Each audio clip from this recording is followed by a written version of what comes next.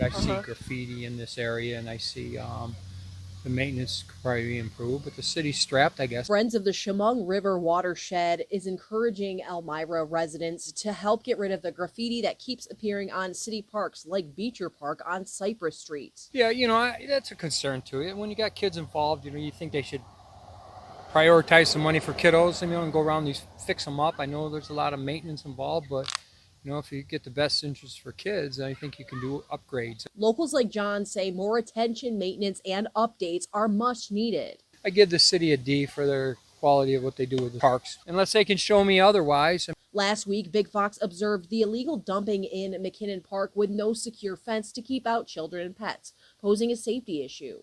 I grew up around this area. I grew up around this park. I played football here. Honestly, it would be really nice to see something change, clean it up a little bit.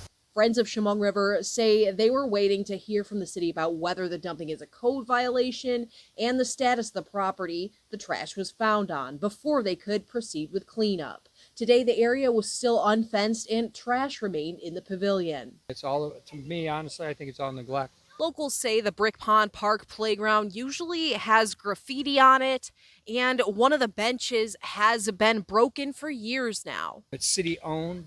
Why doesn't the city do a little bit better? Big Fox called City of Elmira's Parks and Rec Department's Buildings and Grounds office to find out more about the Adopt a Park program and how frequently city parks are maintained.